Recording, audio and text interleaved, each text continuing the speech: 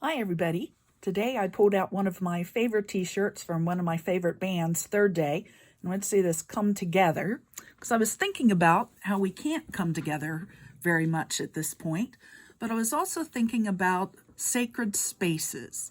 Those are places that would be really important to us. The word sacred basically means something that's treated with great respect by a particular religion or a group or an individual. It could also mean something dedicated or set apart for the service or worship of a god. So we think about that word holy, and holy basically means set apart for God's use.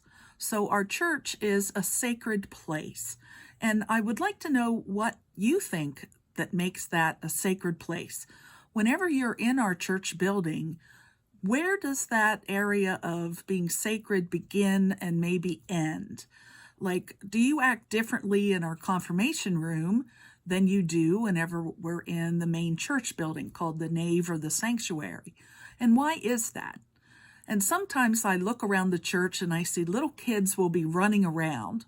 And sometimes people get a little upset about that. Their parents say you can't run in a church, or somebody says they shouldn't be running in the church. They should show more respect for that. Do you think that they should feel maybe comfortable enough in that space that they're being themselves?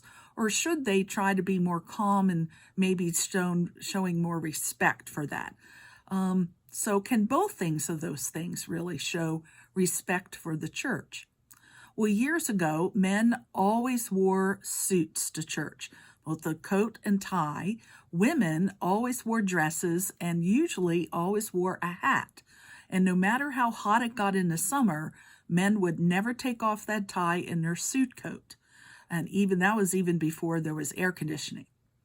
Now, there was also a time when people would come to me and kind of complain about youth acolytes who were wearing sneakers. I never thought that was such a terrible thing. I thought it was better that you were here. But what do you think about acolytes wearing sneakers or some other kind of casual footwear like flip-flops? What does that say about our attitude toward the sacred space?